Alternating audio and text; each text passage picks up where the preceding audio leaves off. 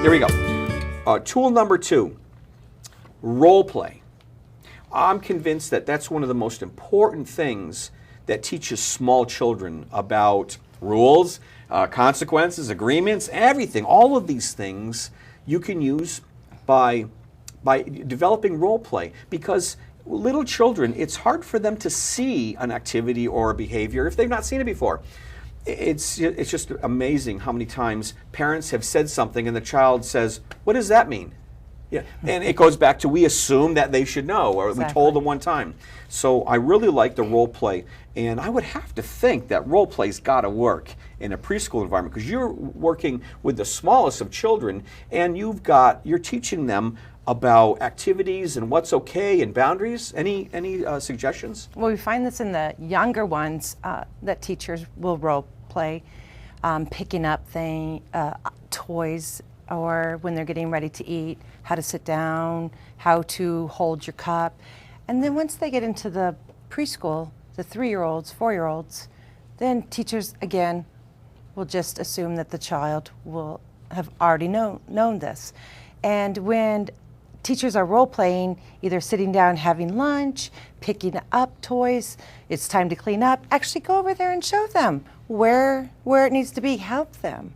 And then they're going to be willing, they see you helping, being a role model, and then they're going to be willing to help somebody else. Along with rest time. This is the biggest one. At rest time, all we're asking them is to be quiet, rest their bodies, and yet if two teachers are sitting in the classroom talking, that's not a very good role model. If they're able to talk, why aren't the children able to talk? So you need to role model what you want the children to do. And that's really important, what you just said, because any new behaviors we want children to either do or become acclimated to, we must give them a chance to see what it looks like first. Exactly. For example, if you as a parent or a teacher are going to stop talking so much, you might have to tell your children you're not going to talk, and practice that with them. Here's one of my favorites. I learned this from my son's elementary school principal years ago when he was really little. The principal told all the children, from now on, when I need everyone to be quiet, I'm going to do this. And he raised his hand and stood there completely quiet. And then he said, when I do that, I want all of you to do that too. Everybody raise your hand and stop talking. And of course, the best part of it, the kids were like, okay, I want to do this, because they love to be a part of an activity, small children, elementary school, not just preschool. And so then I started to watch what would happen at assemblies. The principal would get up there and raise his hand, and all the children raised their hand and stopped talking.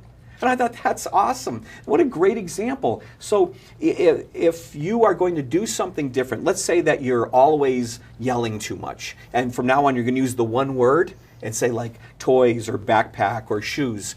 Practice, role play with them and say, okay, Dad's been talking too much lately. So starting tomorrow, whenever I need you to do something, what I'm going to do is I'm going to say one word. Let's practice. Let's say right now I needed you to pick those shoes up. I'm going to go, shoes.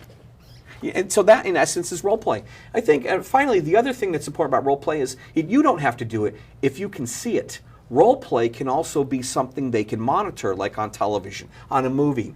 I know I used real life with my kids. I would stop my kids and go, look what just happened over there. What do you think about that? See how the man just opened the door for that lady? I wonder how hard it would be to be in that wheelchair. And so you can use real life as role play for them to learn from as well. Okay, so far in today's show, I've given you 8 tools to use with your children that are far more effective than the ones we tend to use. Now, in my last segment coming up, I've got 2 of the most important tools that can make a huge difference in helping a caregiver bond with his or her child. You'll want to know what these last 2 are, so stay tuned. We'll be right back.